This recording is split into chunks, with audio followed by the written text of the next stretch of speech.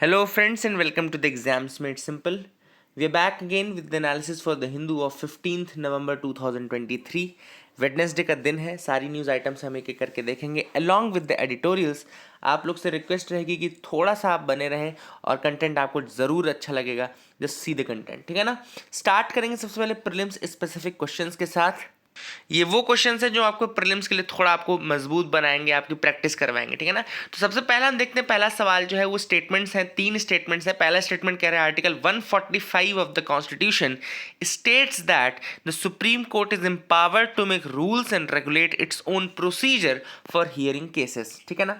दूसरा स्टेटमेंट कह रहा है advocate on records are pool of elite Delhi based lawyers whose legal practice is mostly before the Supreme Court. तीसरा statement कह रहा है only an advocate of record can file case before the Supreme court. आपको बताना है कि how many of the statements given above are correct. इनमें से कितने स्टेटमेंट्स करेक्ट हैं जो ऊपर दिए हुए हैं, ठीक है ना. तो ये 3 स्टेटमेंट्स थे. ऑप्शंस आपके सामने है, 1 ओनली, 2 ओनली, 3 ओनली, मतलब कितने स्टेटमेंट सही हैं आपको ये बताना है, ठीक है ना. The correct answer for this is all 3. तीनों ही सही है. केवल एक advocate on record he file कर सकता है cases before the Supreme court. Advocate of record क्या होता है ये भी लिखा हुआ है यहाँ पे सेकंड स्टेटमेंट में. आर्टिकल 145 जो है कॉन्स्टिट्यूशन का वो कहता है कि सुप्रीम कोर्ट के पास पावर है to make rules and regulate its own procedure for hearing cases. दूसरे सवाल पर आते हैं, which of the following declaration और convention is related to road safety. आपको बताना है कि कौन सा डिक्लेरेशन है, कन्वेंशन जो है नीचे दिया हुआ रोड सेफ्टी से रिलेटेड है. Options are A Brasilia declaration, second है न्यू दिल्ली डिक्लेरेशन, सी है बुडापेस्ट डिक्लेरेशन कन्वेंशन, या डी है बीजिंग डिक्लेरेशन. तो इसका जो करेक्ट आंसर आप लोग कमेंट सेक्शन में अगर बता सकें तो बताइए, बहुत अच्छी बात है. अपने से बताएंगे तो मैं आपको करेक्ट आंसर बताता हूँ, आप मैच कर लीजिए. करेक्ट आंसर है ए ब्राजीलिया डिक्लेरेशन, ठीक है ना. It is related to road safety and all, है ना. तो आप लोग कमेंट सेक्शन में मुझे ये जरूर बताइएगा कि कितने आपने सही किए. 3 में से कितने बनते थे आपसे, 1 बनता था, 2 बनता था, तीनों ही बन रहे हैं तो और अच्छी बात है. तीसरा सवाल है ट्रोजन एस्टेरॉइड्स के रिगार्डिंग. आपको बताना है कि ट्रोजन एस्टेरॉइड्स के रिगार्डिंग कौन सा स्टेटमेंट इनकरेक्ट है. इनमें से कौन सा स्टेटमेंट इनकरेक्ट है ट्रोजन एस्टेरॉइड्स के रिगार्डिंग. पहला स्टेटमेंट कह रहा है they are asteroids that orbit with Jupiter around the sun, ठीक है ना. They are the asteroids that orbit with Jupiter around the sun. दूसरा स्टेटमेंट कह रहा है नासाज लूसी मिशन, नासा का जो लूसी मिशन रहेगा it will be the first ever mission to visit these primitive asteroids. तो आपको बताना है कि कौन सा स्टेटमेंट जो है वो इनकरेक्ट है इसमें. इसका करेक्ट आंसर है नन, कोई भी इनकरेक्ट नहीं है, दोनों ही स्टेटमेंट सही है. लूसी मिशन भी पहला मिशन होगा जो ट्रोजन एस्टेरॉइड्स के रिगार्डिंग रहेगा, और ट्रोजन एस्टेरॉइड्स होते हैं they orbit with Jupiter around the sun. तो ये 3 सवाल थे आज के. आई होप आपको कुछ सीखने को मिला. आगे मूव करते हैं, एनालिसिस पार्ट पर आते हैं. पहली जो न्यूज़ है वो है फ्रंट पेज की, Dabur group chairman and 31 others booked by Mumbai police in Mahadev app case. तो एक्चुअली हुआ क्या है कि एक 15,000 करोड़ का गैम्बलिंग एंड साइबर फ्रॉड जो है वो सामने लाया गया है ना. एक PIL डाली गई थी.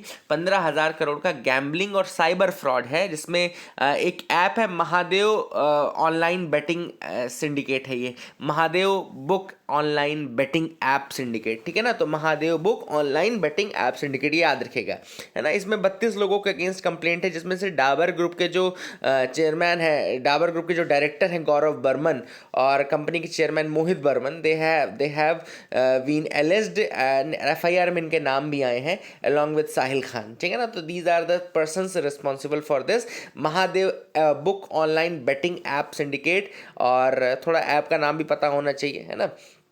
And this is regarding that, है ना. तो ये online betting and all this is the thing, जिसमें कहा गया कि गलत तरीके से पैसा जो है वो कमाया गया है, बहुत ज़्यादा हेफ्टी प्रॉफिट्स बनाए गए हैं, ठीक है. तो एक तो ये फ्रंट पेज की न्यूज़ हो गई. दूसरी जो न्यूज़ है वो है efforts on to create escape route for trapped workers at Uttarakhand tunnel collapse site. अब एक बहुत ही मतलब अनफॉर्चुनेट इंसिडेंट है जो कि हुआ है उत्तरकाशी में. उत्तरकाशी एक डिस्ट्रिक्ट है उत्तराखंड का, आपको पता होना चाहिए. वहाँ पे हुआ क्या था कि टनल जो है वो सिंक कर गई थी, और वहाँ पे लगभग 40 लोग फंस गए, है ना. Nearly 40 labourers from they are trapped inside that under construction tunnel, जो कि कोलैप्स कर गई उत्तरकाशी डिस्ट्रिक्ट में. अब उनको स्केप रूट के थ्रू मतलब वो स्केप रूट बनाई जा रही है in order to carry them out, है ना. ये आपको पता होना चाहिए. जो स्ट्रक्चरल इंजीनियर्स हैं, जो साइट को जानते हैं या टनल ड्रिलिंग में जो एक्सपर्ट हैं, उनका ये कहना है कि पहला तो एक इन्वायरमेंट इम्पैक्ट असेसमेंट जो होता है EIA जो होता है वो प्रॉपरली प्रॉपरली नहीं किया गया था इस साइट पे, यानी कि EIA प्रॉपर नहीं किया गया था। इसके अलावा इनएडिक्वेट इन्वेस्टिगेशन तो था ही था, एक्सकेवेशन के पहले भी इन्वेस्टिगेशन प्रॉपर नहीं किया गया, और इनएप्रोप्रिएट टनल बिल्डिंग प्रोटोकॉल्स जो हैं they are the possible reasons for the collapse of this tunnel, है ना। तो इनएप्रोप्रिएट टनल बिल्डिंग प्रोटोकॉल एक रीजन हो गया। दूसरा कि प्रॉपर EIA ही आपने नहीं किया था, इन्वायरमेंटल इम्पैक्ट असेसमेंट आपने प्रॉपर नहीं किया था, और in appropriate tunnel building protocols आपने टनल बिल्डिंग प्रोटोकॉल्स का फॉलो नहीं किया प्रॉपरली। इसी कारण से जो ये सेगमेंट है वो आपका कोलैप्स कर गया। एंड ये टनल कहाँ पर है? It is between Silkyara and Dandal गाँव, है ना, याद रखिएगा। ब्रह्मखल यमुनोत्री हाईवे में है ये, सिलकियारा और दंदल गाँव के बीच में, सिलकियारा एंड दंडल गाँव के बीच में है, ब्रह्मखल यमुनोत्री हाईवे पर, याद रखिएगा। ब्रह्मकल यमुनोत्री हाईवे है और सिलकियारा डंडल गांव जो है वो जगह है जहां पे ये टनल बनाया गया है जिसको कनेक्ट करता हुआ, ठीक है ना। तो I hope you will remember this fact as well, ये भी आप याद रखेंगे। आगे मूव करते हैं। Lieutenant governor gives nod to 10 more family courts. अब यहाँ पे एक्चुअली ये न्यूज़ आइटम मैं आपको सिर्फ फैमिली कोर्ट्स के बारे में बताने के लिए बता रहा हूँ, है ना। तो फैमिली कोर्ट्स के बारे में जान लेते हैं सबसे पहले कि फैमिली कोर्ट्स कब आए, कैसे आए। तो फैमिली कोर्ट्स एक्चुअली एक एक्ट के अंतर्गत आए हैं। मैं आपको बता दूं ये एक्ट है 1984 का, the family courts act of 1984। अभी इसको अमेंड करने के लिए आपको याद होगा कि 2022 में एक बिल भी लाया गया था, फैमिली कोर्ट अमेंडमेंट बिल 2022 लाया गया था, है ना। तो family courts amendment family courts act जो है वो 1984 का है, और इसको लाया गया था in order to establish the family court, जो कि क्या करेंगे, फैमिली कोर्ट्स क्या करेंगे, जो मैरिज फैमिली अफेयर्स वाले केसेस हैं, मैरिज और फैमिली अफेयर्स वाले केसेस हैं, उनको सॉल्व करने के लिए लाए गए थे, ठीक है ना। तो बेसिकली इसका मेन रीजन यही था बनाने का कि एक स्पेशलाइज्ड कोर्ट बनाई जाए जो कि एक्सक्लूसिवली डील करेगा फैमिली मैटर्स के साथ। क्या बनाई जाए? स्पेशलाइज्ड कोर्ट बनाई जाए जो कि एक्सक्लूसिवली डील करेगा फैमिली मैटर्स के साथ, है ना। और ऑब्वियस सी बात है, ये भी आपको पता होगा कि जो जुडिशरी है उसके ऊपर ऑलरेडी बहुत ज़्यादा प्रेशर है, तो वो सोचते हैं, चाहते हैं कि जो हाई कोर्ट और सुप्रीम कोर्ट है और इस तरह के कोर्ट्स हैं वो ज़्यादातर ऐसे केसेस से बर्डन रहे जो कॉन्स्टिट्यूशनल नेचर के हों, जहाँ पे क्वेश्चन ऑफ लॉ हो, जहाँ पे थोड़ा मतलब एक सीरियसनेस रहे। अब फैमिली अफेयर्स हैं, फैमिली मैटर्स है, कई बार पेटी अफेयर्स भी जाते हैं, मतलब ट्रिवियल मैटर्स भी जाते हैं, तो ऐसे के लिए फैमिली कोर्ट स्पेशलाइज्ड कोर्ट के रूप में बनाया गया था, जहाँ पे जो जजेस रहेंगे उनको एक पास एक्सपर्टाइज रहेगी, और वहाँ पे डिस्पोजल जो रहेगा that will be very quick and all. And basically एक किस्म ये है कि इनएक्सपेंसिव रेमेडी प्रोवाइड करनी थी। कई बार जो लोग होते हैं बहुत ही गरीब फैमिली के होते हैं, जो कि कई बार अफोर्ड भी नहीं कर सकते हाई कोर्ट सुप्रीम कोर्ट में लड़ना, तो ऑब्वियस सी बात है ऐसे लोगों के लिए एक इनएक्सपेंसिव रेमेडी जो है वो फैमिली कोर्ट्स के रूप में बनाई गई है। इसके जो सैलिएंट फीचर्स हैं वो आपको बता दूं। पहला ये है कि जो फैमिली कोर्ट्स एक्ट है उसके फीचर्स बता रहा हूँ। वो कहता है कि establishment of family courts by the state governments in consultation with the high courts. तो इसको कौन इस्टेब्लिश करता है? State governments in consultation with the high courts. अभी जो 2022 वाला है उसमें हिमाचल प्रदेश और नागालैंड के लिए फैमिली कोर्ट्स बनाने के लिए बात की जा रही थी, इसीलिए उसको लाया गया था, ठीक है ना। इसके अलावा it makes it obligatory on the state government to set up family court in every city और town with the population exceeding 1 million. तो ये ऑब्लिगेटरी है स्टेट गवर्नमेंट्स को to set up a family court in every city और town with the population exceeding 1 million. Third है, it simplifies the rules of evidence and procedure so as to enable a family court to deal effectively with the dispute. और fourth है, it provides for only one right to appeal. एक ही right to appeal होती है which shall lie in the high court. तो वो appeal जाएगी कहाँ पे? हाई कोर्ट में जाएगी। There is only one right to appeal and that is to the high court. तो आप ये याद रखिएगा। I hope you got clarity regarding this family courts वाला टॉपिक, आपको समझ में आ गया होगा। आगे मूव करते हैं, देखते हैं और क्या इंपॉर्टेंट न्यूज़ आर्टिकल्स हैं जिनके बारे में हमको डिस्कस करना है। तो you can move ahead with me, आप भी बिल्कुल मेरे साथ आगे बढ़ सकते हैं, जो भी इंपॉर्टेंट होगा मैं आपको बता ही दूंगा। यहाँ पे हम आते हैं एडिटोरियल वाले पार्ट में। अब देखो, एक जो लीड एडिटोरियल है, यानी कि आज का जो एडिटोरियल ये वाला है, Bihar cast survey and social justice agenda, तो ये आर्टिकल वैसे मुझे बहुत पसंद नहीं आया। मैं आपको बताऊँ, I did not like this article a lot, because कहीं ना कहीं जैसे राइटर्स होते हैं ना, वो अपने पॉलिटिकल आइडियोलॉजीज और एजेंडा को बहुत बहुत ज़्यादा वो प्रोट्रे कर देते हैं अपने आर्टिकल में। इस आर्टिकल के मैं आपको एक दो ही पॉइंट बताऊंगा जो इंपॉर्टेंट है, अदरवाइज मैं आपको आपके सामने ज़रूर ये पॉइंट रख दूंगा कि क्या ये आर्टिकल ने डील किया है। उसके बाद अगर आपको उसको पढ़ना हो, आपके आंसर राइटिंग में कोई मदद नहीं मिलेगी, इतनी गारंटी है। हाँ, इन पॉइंट्स की जो मैं आपको बता रहा हूँ वो आप यूज़ कर सकते हैं। सबसे पहली बात, इन्होंने बिहार की तारीफ की है कि उन्होंने कास्ट सेंसस किया है, ठीक है ना। कास्ट सेंसस किया, इसका मतलब क्या हुआ कि कास्ट वाइज जो डेटा है, कास्ट वाइज जो डेटा है वो लोगों के सामने लाया गया, ठीक है ना।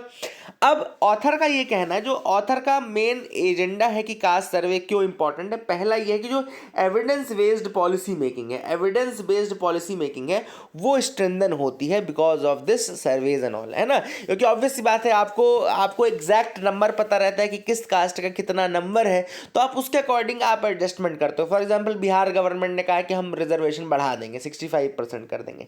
तो वो क्यों कह रहे हैं ऐसा? क्योंकि उनको पॉपुलेशन का रेशियो समझ में आ गया कि भाई जब पॉपुलेशन का रेशियो इतना है तो इतने रिजर्वेशन में कुछ नहीं होगा, आपको रिजर्वेशन बढ़ाना पड़ेगा, ठीक है ना। तो वही होता है एविडेंस बेस्ड जो पॉलिसी मेकिंग है, उसमें ये कास्ट सेंसस काफी ज्यादा इंपॉर्टेंट रोल प्ले कर सकते हैं, क्योंकि आपको exact number, exact scenario caste का जो वहां पे स्ट्रक्चर है वो पता रहता है और आप उसी स्ट्रक्चर के अकॉर्डिंग उनको मतलब इंक्लूड कर सकते हो। दूसरा ऑथर ने ये कहा है कि सबसे इंपॉर्टेंट जो यहाँ प्रायोरिटी है वो है डिसेंट वर्क प्रोवाइड करने की। जो लोग हैं, जो ये लोग हैं जो अलग अलग कास्ट ग्रुप में आ रहे हैं, इनको डिसेंट वर्क आप प्रोवाइड करो। You have to provide them decent work, क्योंकि ऑब्वियस सी बात है डिसेंट वर्क का मतलब है एम्प्लॉयमेंट, एम्प्लॉयमेंट का मतलब है फाइनेंशियल इंडिपेंडेंस, फाइनेंशियल इंडिपेंडेंस का मतलब है एम्पावरमेंट, है ना। तो आप लोगों को एम्पावर कैसे कर पाओगे? जब आप उनको वर्क प्रोवाइड करोगे। तो decent work is one of the responsibilities जो कि गवर्नमेंट को आप नेक्स्ट टारगेट करनी चाहिए। तीसरा जो ऑथर ने यहाँ पे इशू उठाया है वो ये उठाया कि जो मतलब प्रेजेंट जो रिजीम है सेंटर पे वो एक ऑथोरिटेरियन रिजीम है। अब यहीं से मैं बताऊँ, यहीं से थोड़ा आर्टिकल जो है वो हेवायर चलाता है। देखो मेरा कोई पॉलिटिकल एजेंडा नहीं है, लेकिन ऑब्वियस सी बात है अगर आप किसी बहुत ही मतलब इस तरीके के आंसर राइटिंग आप नहीं कर सकते हैं कि जो करंट रिजीम है वो अथॉरिटेरियन रिजीम है, तो आपको एक यूपीएससी एस्पिरेंट के रूप में सोचना है इर्रेस्पेक्टिव ऑफ योर आइडियोलॉजी। ये आपको ऐसे आंसर्स नहीं लिखने की अभी जो करंट गवर्नमेंट है वो फासिस्ट गवर्नमेंट है, या आपको ये नहीं लिखना है कि वो करंट गवर्नमेंट जो है वो हाइपर नेशनलिस्ट गवर्नमेंट है, और मतलब एक तरीके से आपको अपना आइडियोलॉजिकल पॉइंट ऑफ व्यू नहीं पेश करना है अपने आंसर राइटिंग में। तो ये थोड़ा बच के रहिएगा।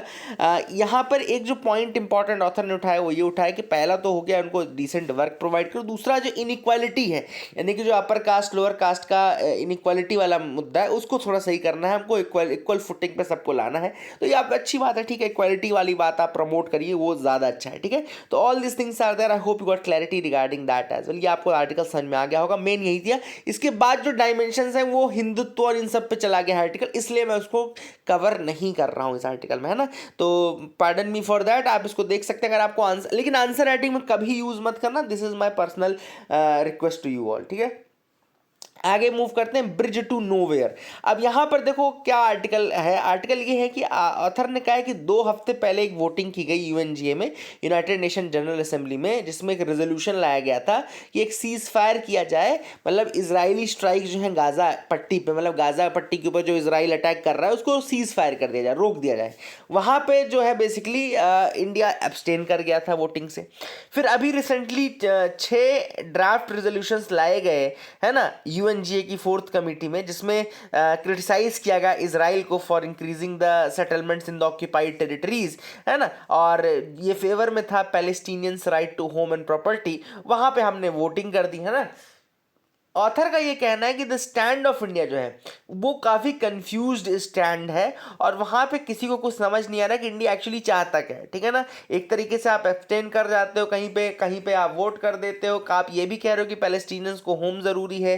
दूसरा, फिर जब पैलेस्टीनियंस के होम में इसराइली अगर इनकॉर्पोरेट कर रहे हैं तो आप उसको मतलब वहाँ पे एब्सटेन करते हो, वहाँ पे आप उसको कह भी नहीं पाते। ऑथर का क्या कहना है मैं आपको बता दूँ। ऑथर का ये कहना है कि बेसिकली आपका स्टैंड तो ये क्लियर है कि आप पैलेस्टीनियन कॉज के साथ हो, 2 नेशन सोल्यूशन की तरफ आप जाते हो। ये चीज़ आपने 2+2 मिनिस्ट्रियल मीटिंग में भी कही थी, है ना।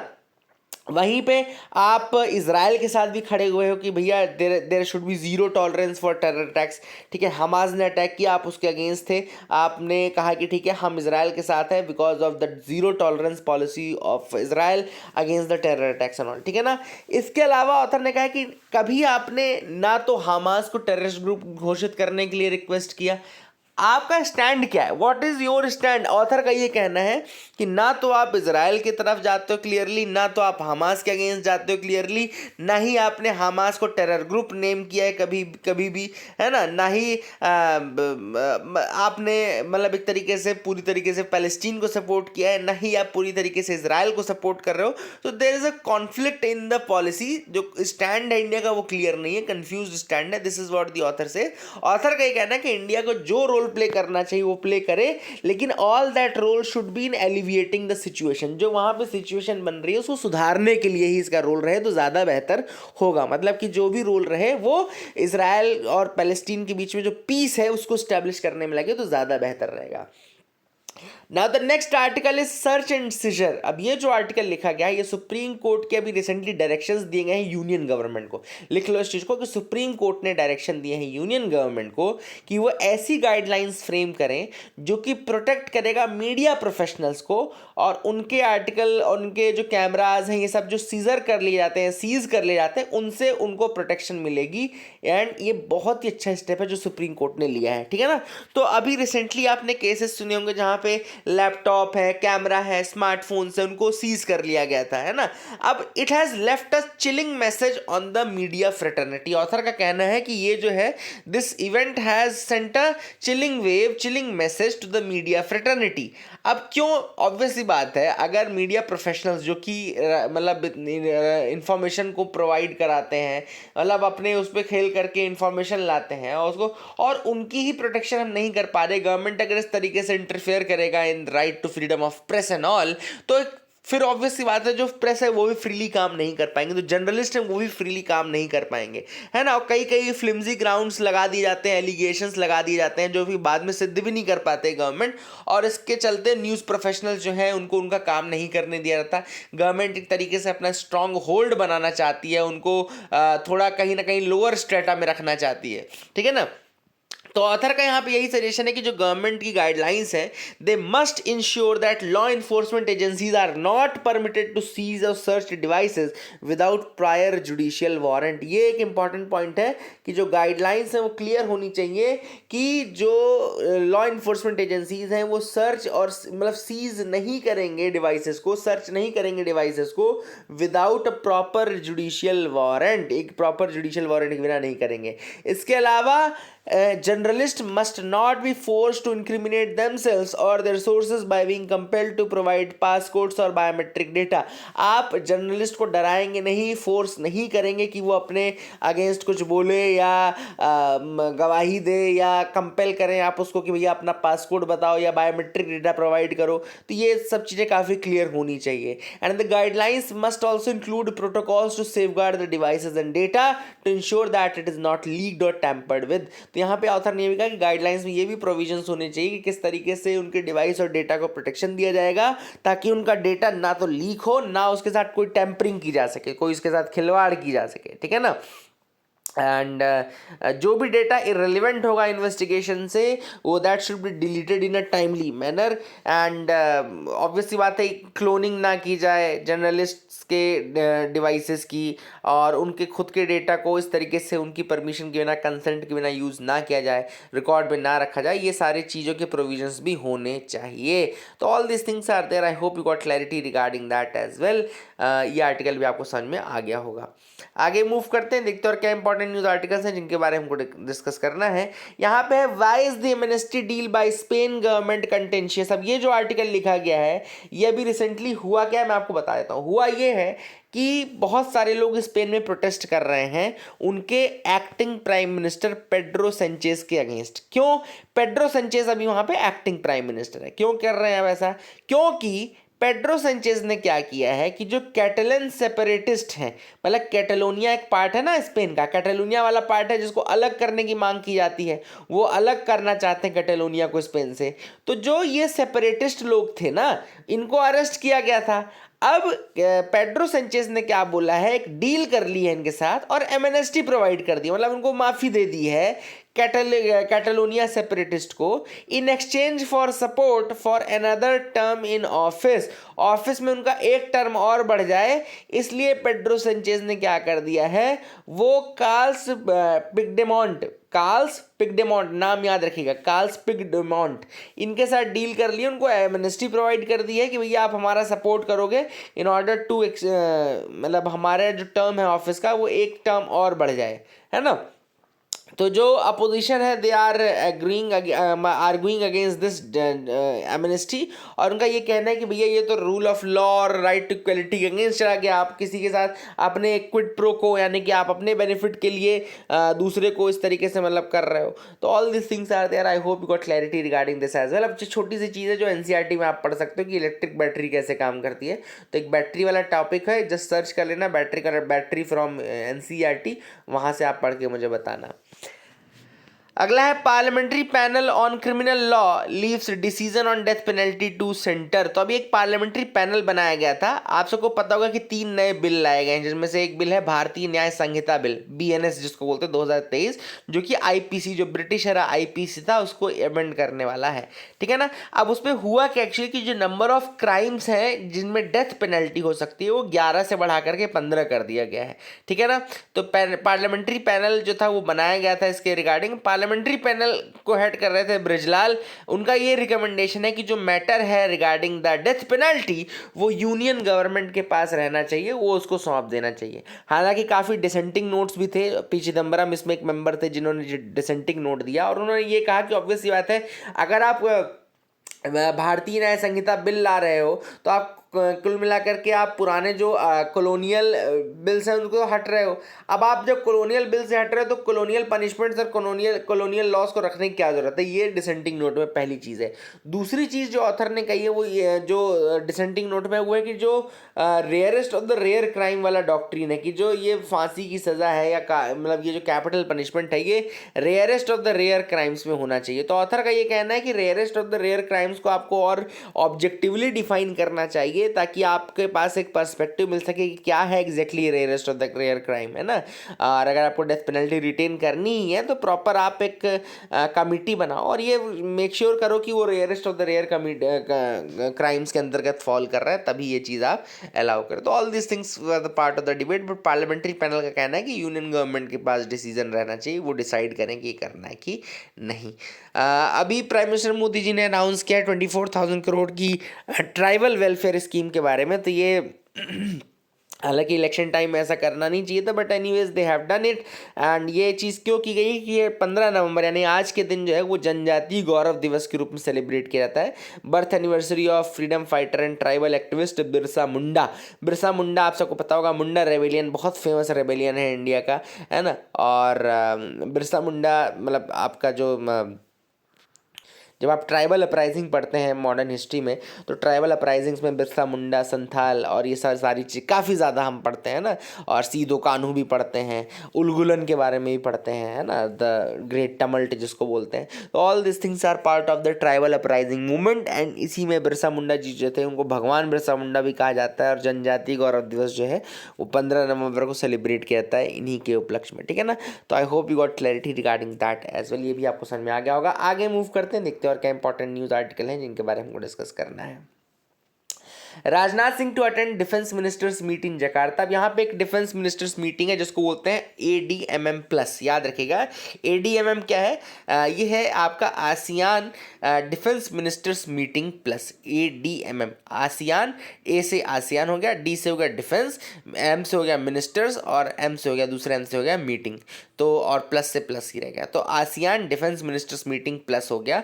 एंड ये एक फोरम बनाया गया जहाँ पे रीजनल और इंटरनेशनल सिक्योरिटी इशूज़ को डिस्कस किया जाता है। इस बार होस्ट है इंडोनेशिया जो कि चेयर कर रहा है ADMM प्लस को। थोड़ा सा ADMM प्लस के बारे में बता दूं आपको, it is the highest defence consultative and cooperative mechanism in ASEAN. ASEAN का सबसे highest defence consultative and cooperative mechanism है ये। एंड एक प्लेटफॉर्म है जहाँ पे आसियान के 10 मेंबर हैं, कौन कौन से, Brunei, Cambodia, Indonesia, Lao, PDR, Malaysia, Myanmar, Philippines, Singapore, Thailand and Vietnam, ये 10 कंट्री होंगी आसियान की। और 8 dialogue partners are also there, जिसमें India, US, China, Russia, Japan, South Korea, Australia, New Zealand आते हैं। तो ये ADMM प्लस जो है वो आसियान प्लस 8 इनके जो डायलॉग पार्टनर्स हैं वो कंट्रीज़ हैं, ठीक है ना। इंडिया एक डायलॉग पार्टनर कब बना था आसियान का? 1992 में, और इनाग्रल ADMM प्लस जो है वो हनोई में कन्वीन किया गया था। ये चीज़ हुई थी 2010 में। ADMM प्लस के जो पहली मीटिंग थी वो 2010 हनोई वियतनाम में हुई थी, उसमें इंडिया पार्ट था। तो I hope you got clarity regarding that as well. और ये एनुअली मीट करते हैं ताकि डिफेंस रिलेटेड इशूज़ जो हैं वो डिस्कस किए जा सकें। तो all this things are there, I hope you got clarity regarding that as well.